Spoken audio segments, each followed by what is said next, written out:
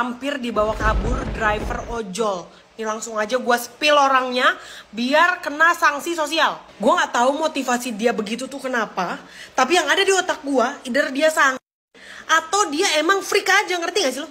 Kronologinya begini, adek gue kan hairdresser ya, dia tuh suka dapet job subuh-subuh itu ke hotel buat hairdoin orang weddingan, bukan buat macem-macem. Selesai job tuh dia udah selesai tuh 6:30 pagi. Kemarin kejadiannya. 6:30 itu dia mau pulang. Dia pesan lah InDrive. Udah tuh dapet kan sama si Kelvin ini. Awalnya kayak aman-aman aja, nggak ada yang mencurigakan. Karena emang biasanya adek gue juga emang pakai InDrive. Plus itu kan emang driver ojol dari aplikasi yang udah sering dipakai orang-orang juga kan. Jadi ya udah dia percaya aja. Situ dia main handphone lah di jalan, dia main HP. Pas dia nengok ke jalan pertama, mereka tuh masuk ke komplek-komplek gitu.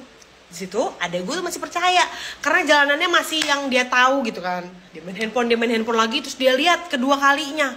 Udah mulai tuh dia nggak tahu rute-rutenya. At that point adek gue tuh masih mikir, oh mungkin ini driver emang mau lewat jalan pintas saja. Dia masih dengan positive thinkingnya ya kan. Ya udah masih dia percaya.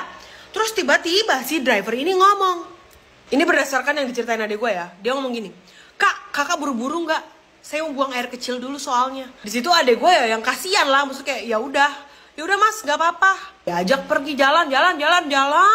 Tapi nih orang nggak mampir ke pom bensin, katanya kebelet. Sampai akhirnya nih di jalan adik gue lihat plang besar BSD, dia kaget. Dia udah mulai curiga di situ. Kok BSD, kok makin jauh ke tujuannya dia. Posisinya itu dia tuh dari JHL Hotel mau ke daerah Petukangan, Jakarta Selatan. Kan beda arah ya. Akhirnya dengan sedikit panik, adek gue coba lihat maps. Dia pusing terus itu kayak, kok makin jauh dari tujuannya dia pulang. Makin didiemin, makin di jalan terus, ini kok malah arahnya ke Bogor. Makin panik dong adek gue. Terus dia maju dikit tuh untuk ngeliat maps abangnya. Anehnya juga nih si abang pakai maps. Dan kelihatan tuh di situ dia nggak ngikutin mapsnya. Waktu dia lihat di mapsnya itu ada 3 putaran. Dia inget banget putaran pertama itu dilewatin. Harusnya kan muter balik, dia lewatin. Makin deg-deg ser dong dia posisinya kok dilewatin gitu. Putaran kedua dilewatin lagi, kata gue anjrit. Di situ adek gue langsung memberanikan diri untuk ngomong ke masnya. Dia bilang kayak gini kalau nggak salah, mas kayaknya kita salah jalan deh, kurang lebih begitu. Terus tuh driver dari yang awalnya tenang, dia langsung kagok. Dia kagok bawa motornya, tapi dia nggak jawab. Posisinya dia nggak jawab adek gue, dia diem. Barulah di putaran ketiga dia muter balik, tapi dia ngebut. Gue nggak ngerti lagi kenapa dia harus ngebut. Tapi ini kayaknya kelihatan banget dia udah mati gaya, udah ikut panik kayak orang kegap ngelakuin sesuatu yang jahat, ngerti gak lo? Dia tiba-tiba setelah muter balik ngebut gitu ya, dia masuk tol. Udah lumayan jauh dia masuk tol, dia baru ngomong, ini tol ya? Dengan bodohnya dia melontarkan pernyataan itu. Di situ adek gue udah nggak jawab dia lagi. Kayak maksud gue kalau lu emang driver yang nyasar atau nggak tahu jalan, ya setidaknya lu ikutin maps, bukannya malah lu lewatin. Dan hal yang nggak mungkin juga kalau lu pakai maps motor, nggak mungkin diarahin masuk tol. Lagian di petunjuk arah juga udah jelas banget nggak sih? Udah, abis itu dia putar balik setelah tahu itu tol, dia putar balik, terus dia ngebut lagi. Tapi di sini posisinya dia udah ngeliat-liat ke belakang, kayak orang mau ngecekin adek gue tuh lagi ngapain. Beberapa kali dia ngeliat begitu, kayak lagi bawa motor dia lihat begini, mungkin begitu kali ya. Gue nggak ada di lokasi, tapi kurang lebih begitu yang ada di bayangan gue. Di situ posisinya adek gue pakai headset, dia udah coba teleponin orang-orang terdekat dia. Adek gue bilang kalau dia tuh takut kelihatan nelpon, takutnya dia diapa-apain atau dia takut lah posisinya pada saat itu. Dan yang bisa dia lakuin cuma nelpon teman-temannya. Dan akhirnya ada tuh yang ngejawab teleponnya pagi-pagi.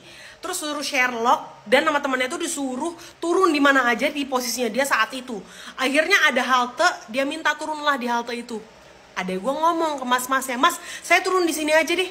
Saya tiba-tiba ada panggilan dadakan kerjaan, nanti saya pesan ojek baru. Gue gak ngerti kenapa adek gue harus menjawab dengan bohong kayak gitu. Maksud gue, kenapa sih lu kayak takut banget? Gue juga gergetan jadinya sama adek gue di sini. Terus si driver ini nanya, ini seriusan gak jadi pulang ke Jakarta Selatan? Yaudah dijawab, iya mas beneran gak apa-apa turun di sini aja. Dan masih bisa-bisanya dia nanya, ini bukan karena gak nyaman kan kak? Nggak mas, nggak apa-apa, saya turun sini aja. Adek gue masih baik, jawabnya masih sopan. Tapi akhirnya diturunin tuh dia. Adek gue masih berniat baik, mau bayar dia. Ditanya berapa gitu. Terus dijawab gini, ya udah sih, bukan ya udah sih, ya udah kak, cancel aja dulu. Which is aneh banget menurut gue. I mean, ya lo selesain perjalanan di aplikasi lo, gila kali ya. Dia jawab, nanti kalau dari saya kepotong banyak, bejir. Oh dan gak sampai situ aja. Adek gue kan emang gak suka memperpanjang masalah, dia suka damai, dia cinta damai gitu ya. Dia langsung cancel, ya udah dia turutin aja tuh si abang yang ngomong apa. Emang kampret juga nih, gue sebel banget, gue gregetan. Masih juga si brengsek ini nanya, ini beneran gak apa-apa kak? Bukan karena gak nyaman kan? Berulang-ulang dia nanya itu. And these last words got me dead. Dia ngomong apa coba tak? Jangan lupa bintang 5-nya kak. Di Audacity. Sumpah ini gue nggak ngarang-ngarang cerita. Lu tanya langsung aja ke adek gue namanya Fosa. Gila freak abis. Lu ngerti kan? Maksudnya di situ posisi adek gue ada bener-bener masih baik, masih meladeni dengan sopan, dan masih diain tuh katanya mau dikasih bintang 5 walaupun sebenarnya nggak tahu ya. Dan lu pikir udah selesai? Belum, dramanya belum selesai. Dia masih bilang begini, atau enggak kakaknya saya liatin aja deh biar kasih bintang 5. Oke. Di situ adek gue ngejawab, tadi kan udah di cancel. Ya dong, maksudnya kalau udah di cancel ya nggak bisa ngasih bintang dong. Terus dia jawab, oh iya udah di cancel ya. Ditinggal sama adek gue duduk di halte. Tuh driver bukannya langsung cabut, dia malah nggak pergi-pergi. Dia nengok kanan kiri, liatin HP. Ada kali 5 menitan dia begitu. Anjir, gue emang gue speechless banget sumpah. Setelah kurang lebih 5 menitan itu akhirnya dia cabut. Adek gue langsung cek history ordernya dan ternyata bisa dikasih bintang. Langsung saat itu juga dikasih bintang 1 dan diceritain kronologi singkatnya. Gue gak ngerti ini langsung ditindak lanjuti apa enggak. Gue gak tahu apa akan langsung dinotis apa enggak. Gak tahu juga rating dan reviewnya itu akan masuk ke ke laporan mereka karena kan posisinya udah di cancel ya.